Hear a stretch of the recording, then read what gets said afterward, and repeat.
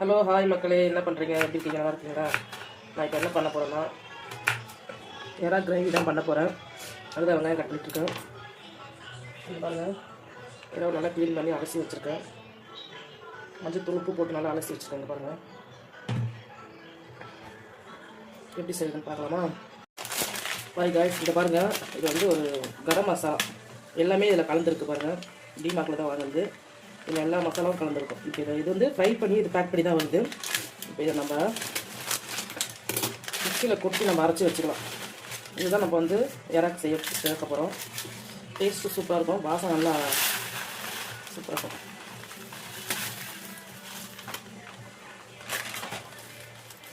எல்லாமே மிக்சிங்காக இருக்கா? இதை நம்ம அப்படியே அரைச்சி எடுத்துப்போம். பாருங்கள், அரைச்சி எடுத்து வச்சு இது நம்ம டப்பாவில் வந்து சேவ் பண்ணி வச்சுக்கலாம். இதை நம்ம இறக்கி சேர்க்க போகிறோம். நெக்ஸ்ட்டு தக்காளி,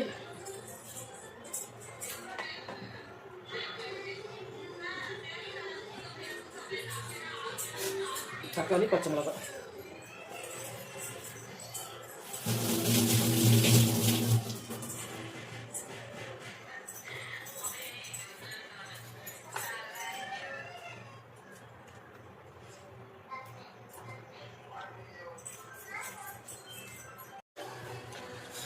கடாய் வச்சு எண்ணெய் ஊற்றிட்டேன். இங்கே பாருங்கள், எண்ணெய் சூடாயிடுச்சு. இதில் பாருங்கள், 2 பட்டை, 2 ஏலக்காய், 2 லவங்கம், 2 இலை தாளிக்கிறதுக்கு.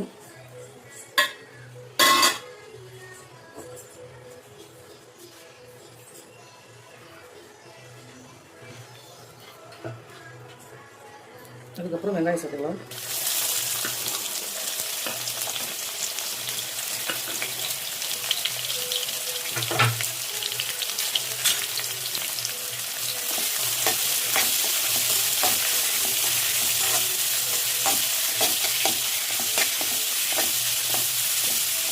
நல்லா வெங்காயம் வதக்கணும். அது கூட கொஞ்சம் கல் உப்பு சேர்த்துங்க, அப்போ தான் வந்து சீக்கிரம் வதங்கிடுவாங்க.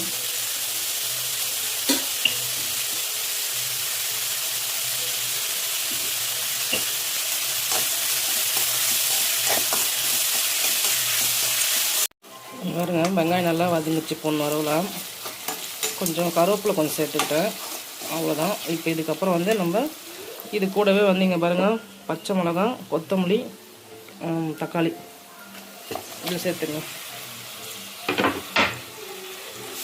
இது நல்லா சேர்த்து வதக்கி விட்டுங்க.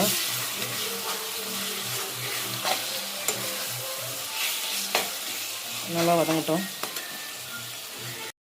இது கூடவே நம்ம வந்து இஞ்சி பூண்டு பேஸ்ட்டு சேர்த்துக்கலாம்.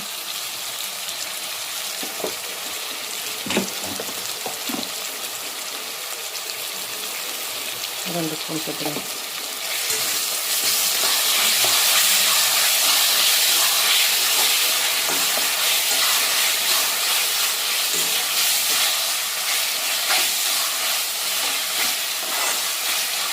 தக்காளி நல்லா வேகட்டும்.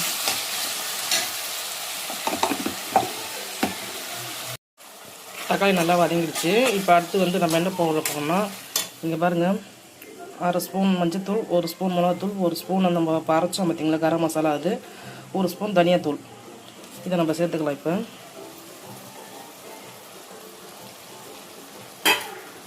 நல்லா சேர்த்து நல்லா கலரி விட்டுக்கலாம். நல்லா டேஸ்ட்டாக இருக்கும். இந்த மெத்தடில் செஞ்சு பாருங்கள், பார்க்க நல்லா கலர்ஃபுல்லாக இருக்கும்.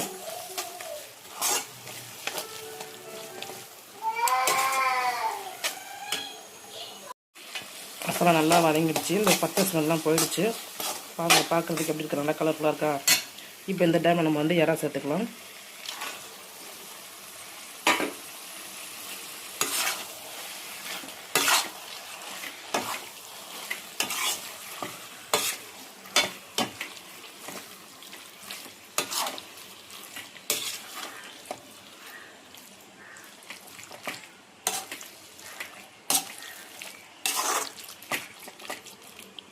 தண்ணிலாம் விடாதீங்க, தண்ணி இதுலேயே வரும், அதனால் தண்ணி விட்டுறாதீங்க. உங்களுக்கு நல்லா கிரேவியாக தொக்காக வேணும்னா இதுலேயே தண்ணி விட்டு வரும், அதை தண்ணியே போதும் வேகிறதுக்கு. தண்ணி மட்டும் விட்டுறாதீங்க. அப்படியே உங்களுக்கு குழம்பு மாதிரி வேணும்னா நீங்கள் தண்ணியை கூட கொஞ்சம் விட்டுக்கலாம்.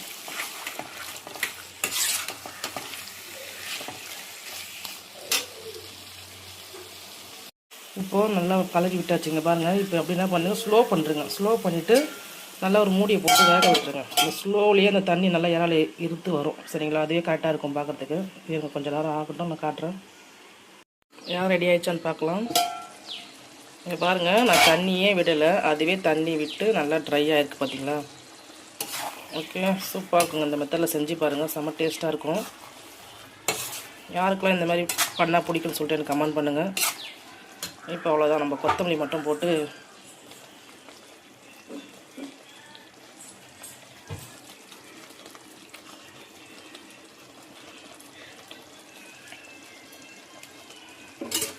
அவ்வளோதான், யாராவது ரெடி, வாங்க சாப்பிட்லாம்.